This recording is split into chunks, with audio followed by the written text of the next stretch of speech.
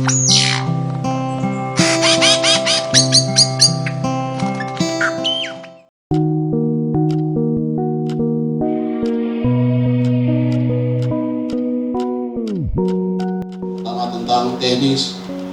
teknik dasar menulis berita bagi jurnalis pemula. Paling penting bagi seorang jurnalis atau merupakan suatu produk utama bagi seorang jurnalis adalah berita tentang suatu kejadian, peristiwa, dan seterusnya. Ya, ini yang paling penting.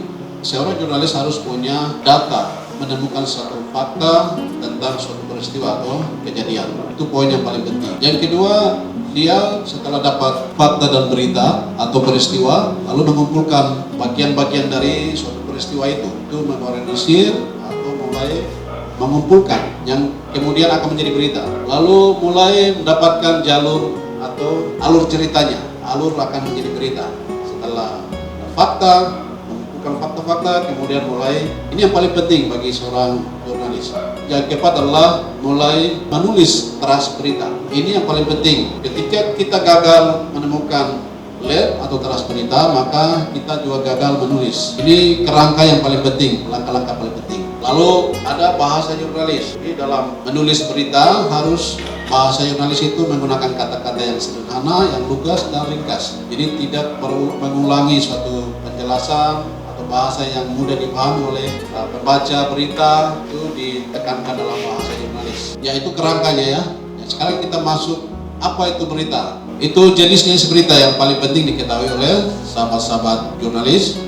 Ketika kita meliput berita, kita perlu tahu jenis-jenis berita yang ada dalam literatur atau literatur jurnalis. Yang pertama tentang berita langsung atau strike news. Ini lebih banyak kita liput di hari-hari atau koran harian atau di Facebook. Itu selalu ada di dalam ranah berita strike news ini. Nah, di sini biasa ada dua macam berita. Satu itu berita yang halus atau namanya soft news, dan berita yang keras atau hard news. Di sini dimaksudkan biasanya di media yang besar itu mereka akan bagi, ada yang jurusnya untuk meliput politik, hukum, kriminal, nah itu disebut berita keras. Ada yang meliput bola atau acara-acara seremonial, itu disebut berita yang lunak. Nah, sebagai sahabat Filtras, sahabat jurnalis, dalam meliput berita kita perlu membedakan. Ketika kita berhubungan dengan bicara politik, oh berarti saya lagi liput atau saya lagi menulis berita yang keras. Oleh karena itu bahasa jurnalis juga harus ada hubungan dengan politik. Makanya di media-media besar itu kalau kita baca di media bahasa tentang bola, orangnya kata-katanya tentang bola semua. Itu karena diarahkan melalui bahasa yang harus jurnalis yang di bidang olahraga misalnya. Yaitu yang paling penting yang sering kita berhubungan dengan berita, yaitu strike news. Yang berikut penjelasan opini. Ini lebih kaitan dengan ketika kita wawancara seorang pejabat, bupati, gubernur, presiden, bahkan atau menteri atau orang yang bisa disebut punya nilai berita. Itu biasa kita wartawan atau seorang jurnalis akan mewawancarai seorang tokoh yang hadir dalam sebuah acara. Itu juga bagian dari peliputan berita. Makanya dalam suatu acara ada pendapat orang sehingga disebut opini news. Nah, teman-teman jurnalis langsung ke nilai berita. Di sini ada 10 jenis berita. Pertama adalah lihat dari pengaruh. Misalnya kenaikan harga BBM. Kedua, signifikan. Misalnya corona. Itu juga suatu wabah atau virus yang perlu mendapat perhatian dari semua orang. Sehingga itu disebut juga berita. Terus ada peristiwa yang baru saja terjadi. Misalnya ada tabrakan, ada penikaman. Itu disebut juga berita. Yang berikut juga menyangkut masalah-masalah alam, banjir. Ya, ini penting sekali bagi teman-teman, sahabat jurnalis, bagaimana mengerti tentang suatu peristiwa, bahwa peristiwa ini benar-benar mengandung nilai berita. Ketika kita diutus ke lapangan, pasti kita akan berhadapan, karena setiap detik, hampir setiap hari itu ada peristiwa. Tapi teman-teman, bahwa tidak semua peristiwa itu adalah berita. Itu persoalannya. Karena itu ada poin-poin yang ada, teman-teman bisa ikuti dalam materi selanjutnya. Sahabat jurnalis muda, lihat pertama adalah tentang kecepatannya. Jadi kita harus berlomba untuk menemukan suatu berita. Ketika kita berjalan, kita kemana ada ketemu dengan suatu peristiwa, cepat sampaikan. Itu tugas dari seorang jurnalis. Kemudian, apakah berita yang kita liput itu penting? Tidak. Dampaknya ada tidak? Itu juga menjadi perhatian dari seorang jurnalis. Lalu apa yang kita beritakan harus nyata. jangan kita karang-karang. Peristiwanya tidak terlalu ini, kita menghebohkan tambah-tambah kata-kata. Ini memang sering terjadi, sehingga berita itu menjadi hoax. Lalu yang berikut harus menarik. Berita itu menarik perhatian banyak orang atau menyangkut banyak orang, kepentingan banyak orang. Ketika kita menemukan sesuatu kejadian peristiwa di tengah jalan, kita sampaikan karena itu berpengaruh kepada orang banyak. Itu contoh. Jika dalam meliput berita, 4 poin ini yang paling penting. Ya, ini kode etik. Ini disebut kode etik, ini aturan mainnya, sehingga sebagai seorang jurnalis kita harus tahu. Pertama adalah kita harus menyampaikan yang faktual, yang benar terjadi, jadi jangan bohong, tidak dikarang-karang atau bukan hoax. Itu kode etiknya. Kalau kita menjadi wartawan, harus ikuti patuh kepada kode etik jurnalis ini. Yang berikut adalah akurat, harus benar. Ketika kita mendengar suatu berita, jangan langsung-langsung. Kita dapat forward, dari teman kirim ke kita langsung-langsung. Padahal itu tidak benar. Oleh karena itu perlu ada verifikasi. Kita cek lagi, setelah itu kita buang di grup. Ini banyak hari-hari kita hadapi ini, sehingga kita menyebarkan informasi yang tidak benar, sehingga kita melanggar etika jurnalistik. Yang berikut, berita itu harus berimbang. Jadi jangan menyampaikan berita sepihak. Jurnalis itu harus jadi menengah, jadi moderator, harus tengah-tengah. Pihak yang terselisih, pihak yang tersengketa, pihak sebelah dengan sebelah harus bisa dia wawancara sehingga berita itu utuh. Kemudian yang berikut adalah seorang jurnalis harus patuh kepada kebenaran berita. Dalam menulis berita tidak boleh pendapat sendiri, tidak boleh. Berita benar-benar harus diambil dari kejadian atau peristiwa. Ini kode ya, kode jurnalistik. Yang berikut, jangan campur aduk fakta dengan opini. Itu artinya faktanya sudah jelas, tapi kita berpendapat lagi, mengarang lagi, sudah. Jadi itu sudah melanggar kode etik jurnalistik namanya. Ini yang paling penting sekarang. Dari kita sudah kenal tadi, bagaimana ambil berita, bagaimana kita mau menulis, lalu kita ditambah dengan nilai berita apa yang harus kita beritakan, sampaikan. Sekarang kita kepada struktur, bagaimana kita harus menulis sebuah berita. Entah itu di media cetak, media sosial, kita selalu berhubungan dengan menulis berita. Nah, ini strukturnya. Pertama, kita harus tahu apa judul dari berita. Lalu kedua adalah teras berita. Ketiga, isi atau tubuh berita. Ini namanya piramida terbalik, formula piramida terbalik. Dengan pola piramida terbalik ini, pembaca segera tahu apa inti berita, atau wartawan akan memberitahu isi pokok berita yang ditulisnya. Nah, alasannya seperti ini. Kita menyampaikan hal yang terpenting dulu. Yang paling penting itu disebut teras berita di situ. Kemudian mulai turun dengan penting, lalu masukkan dengan keterangan yang kurang penting, dan yang terakhir adalah tidak penting. Apa tujuannya? Supaya ketika kita mengirim berita kita ke redaktur, mereka bisa membuang bagian-bagian yang memang tidak penting untuk diliput.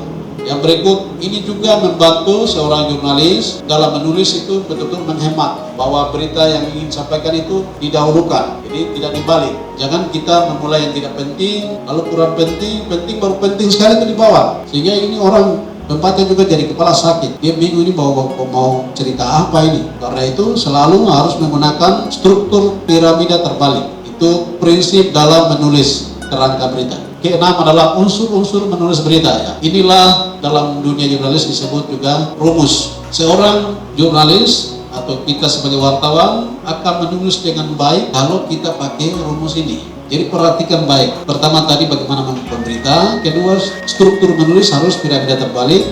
Sekarang tubuh berita itu akan enak dibaca dan betul-betul akan ditulis dengan baik ketika kita ikuti unsur berita. Pertama, what. Jadi ketika kita hadir dalam suatu peristiwa, yang kita tanyakan adalah apa, atau suatu kejadian atau suatu acara, yang kita tanya adalah apa, itu peristiwanya apa. Lalu berikut adalah ini peristiwanya di mana, acaranya di mana, dan ketiga kapan acara atau peristiwa itu berlangsung, kejadian itu berlangsung. Lalu keempat adalah siapa yang terlibat dalam sebuah peristiwa itu, entah korbannya atau pelakunya atau penyelenggaranya. Itu semua berhubungan dengan manusia, itu disebut siapa. Lalu berikut adalah apa tujuan, why, apa tujuan dari penyelenggaraan kegiatan ini, apa dibalik motif dari peristiwa ini, itu disebut why. Lalu how, itu tentang bagaimana suasana suatu peristiwa itu berlangsung, menyedihkan, sukacita, atau semua yang suasana terjadi. Dalam menulis berita piramida terbalik tadi, itu diikuti dengan kata-kata poin atau kata rumus tadi, unsur-unsur ini. Jangan lupa teman-teman sahabat jurnalis, pertanyaan atau menulis berita dibantu dengan pertanyaan tadi. Apa, di mana, kapan, siapa yang terlibat, bagaimana suasana itu, bagaimana kejadian itu, apa yang terjadi, kita jelaskan mengenai maksud dan tujuan. Dasar yang ketujuh menyangkut cara menulis judul. Ini saya kasih contoh lebih konkret. Misalnya menulis judul itu mahasiswa gelar aksi Natal. Nah, ini harus ikuti namanya SP, subjek predikat atau SPO. Contoh di atas ini ada subjeknya, ada predikatnya, ada objeknya. Itu penting. Judul berita harus mencerminkan isi daripada berita yang kita tulis. Nah, sebagai contoh tadi ya, mahasiswa melaksanakan aksi atau mahasiswa gelar aksi Natal. Jadi subjeknya mahasiswa, predikatnya gelar aksi Natal. Atau berikut, harga BBM jenis gempa magnitudo guncang Papua di Gudi. Itu ada subjeknya, ada predikatnya, ada objeknya. Nah, dalam menulis berita, sahabat-sahabat jangan tergesa-gesa untuk lebih cepat menulis judul berita. Itu biasanya orang bisa tempatkan judul berita setelah menulis tubuh berita. Yang sahabat-sahabat tulis pertama adalah teras berita tadi. Kita lihat teras beritanya seperti apa. Nah, ini teras berita. Yang pertama tadi itu nanti belakangan. Ini yang pertama. Kalau kita gagal teras berita, kita gagal dalam menulis berita. Nah, di sini unsur siapa, di mana, kapan, bagaimana, itu semua ada di dalam teras berita. Contoh ini ya, sejumlah mahasiswa Jayapura akan melakukan aksi bela rakyat pada tanggal 25 Agustus 2021 di depan kantor DPR Jayapura terkait kebijakan pemerintah yang dianggap memberatkan rakyat seperti kenaikan biaya BBM. Ini disebut teras berita. Nah, dalam teras berita ini, apa itu unsur-unsur tadi? Teman-teman bisa lihat di sebelahnya. Teras berita umumnya diawali dengan unsur who, siapa, lalu apa, kemudian where, terus when. Sekarang berita yang tadi itu terdiri dari sejumlah mahasiswa, itu siapa, lalu apa, itu melakukan aksi bela rakyat, terus kapan, itu tanggal 25 Agustus 2001, di mana, di depan kantor DPR, terus apa tujuannya, why, terkait kebijakan pemerintah yang dianggap memberatkan rakyat, itu alasannya. Jadi siapa, melakukan apa, terus kapan. Kapan itu singkat aja, itu tanggal, bulan, biasa ditulis dalam kurung, tidak perlu panjang-panjang. Nah, ini sudah teras berita, lalu kita bisa kembangkan selanjutnya. Sekarang isi beritanya, mahasiswa itu siapa, pertanyaannya siapa, terus menunjuk rasa, mereka lakukan apa, berunjuk rasa. Lalu kapan, itu Sabtu 4/11. Lalu where, di mana, itu di kantor DPR. Terus why, kenapa, karena mereka menuntut perbaikan sistem pendidikan. Aksi berlangsung tertib, itu menggambarkan bagaimana suasana. Dalam aksinya mahasiswa dan seterusnya. Aksi berlangsung tertib, aksi berlangsung kacau, satu persatu mahasiswa ditangkap oleh polisi, itu menggambarkan tentang suasana.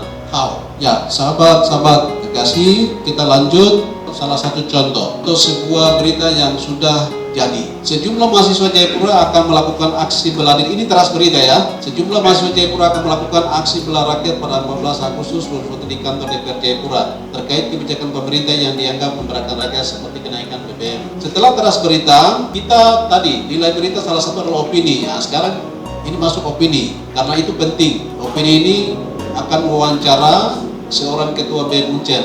Katanya, kami mahasiswa Jayapura akan menggelar aksi bela rakyat menuntut pemerintah untuk segera bertanggung jawab dengan kebijakan yang mereka ambil. Ujar atau kata atau jelas Ketua BEM Uncen Jayapura Mahatma Gandhi Jikwa saat dimintai keterangan tentang aksi bela rakyat oleh media pribumi di Jayapura. Dilanjut lagi, Jiko menambahkan banyak kebijakan pemerintah yang dianggap memberatkan masyarakat di pertengahan 2021 ini, mulai dari tarif listrik, biaya pengurusan surat tanda nomor kendaraan dan buku pemilik kendaraan, serta kenaikan BBM. Karena itu menyangkut why.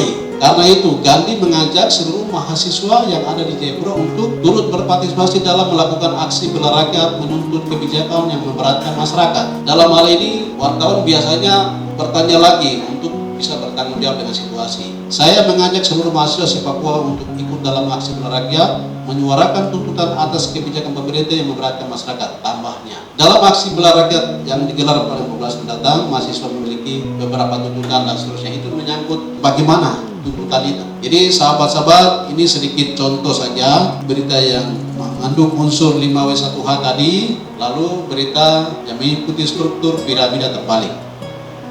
Ya, untuk sementara saya pikir sekian.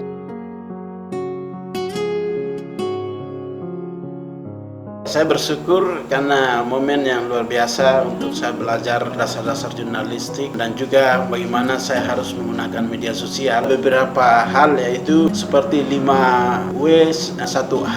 Harapan saya untuk ke depan media pribumi dan bisa diharapkan semua anak-anak muda Papua bisa ikut sama-sama supaya mereka juga dapat mengerti bagaimana menggunakan media sosial. Manfaat yang saya dapat dalam pelatihan jurnalistik di Piltres ini, saya bisa mengembangkan potensi saya dan juga bisa berkenal dengan teman-teman yang ada di sini yang kami tidak tahu menjadi tahu. Terus beberapa pelajaran atau manfaat yang kami tidak dapat di bangku kuliah maupun di sekolah, kami bisa dapat di sini. Belajar berani berbicara dan attitude yang ada dalam jurnalistikan, kami bisa dapat di sini juga. Dan untuk harapan saya ke depan, semoga di Piltres ini kami juga bisa mengembangkan potensi-potensi selain jurnalistik, mungkin dari sisi ekonomi dan lain-lain. Pelatihan jurnalistik dasar yang dilakukan oleh Piltres mempersiapkan putra-putri Papua yang terbaik di segala bidang ya, bagian media. Peserta yang ikut sangat luar biasa, mereka ada di mana-mana, di Papua, ada juga di luar Papua, tapi juga bahkan ada di luar negeri.